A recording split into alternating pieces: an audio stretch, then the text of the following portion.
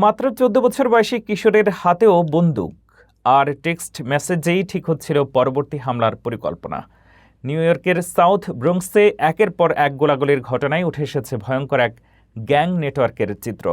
কারা চালাচ্ছিল এই সহিংসতার নেটওয়ার্ক এবং পুলিশের অভিযানে কি কি তথ্য সামনে এসেছে, বিস্তারিত জানুন রিপোর্টে।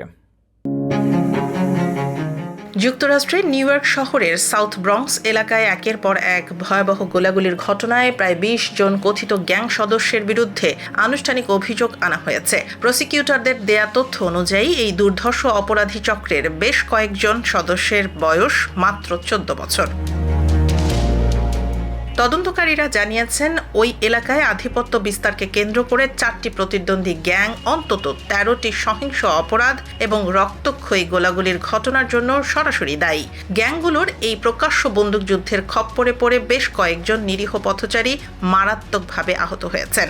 এমনকি ক্রস ফায়ারে আটকে পড়ে এক মা এবং তার ছোট ছেলেও গুলিবিদ্ধ হয়েছেন। পুলিশের হাতে আসা বেশ কিছু সিসিটিভি ফুটেজে দেখা গেছে, অপরাধ সংঘটিত করার পর অত্যন্ত চতুরতার সাথে ঘটনাস্থল থেকে দ্রুত পালিয়ে যাওয়ার জন্য বন্দুকধারীরা নিউ ইয়র্কের জনপ্রিয় পাবলিক শেয়ারিং সিটি বাইক ব্যবহার করছিলেন। গোয়েন্দা রিপোর্টে আরও উঠে এসেছে, এই গ্যাংগুলো কোনো সাধারণ উপায়ে নয়, বরং মোবাইল, টেক্সট মেসেজ এবং বিভিন্ন সামাজিক যোগাযোগ মাধ্যমের গোপন গ্রুপ ব্যবহার করে তাদের পরবর্তী হামলার নিখুঁত ব্লুপ্রিন্ট বা পরিকল্পনা তৈরি করত।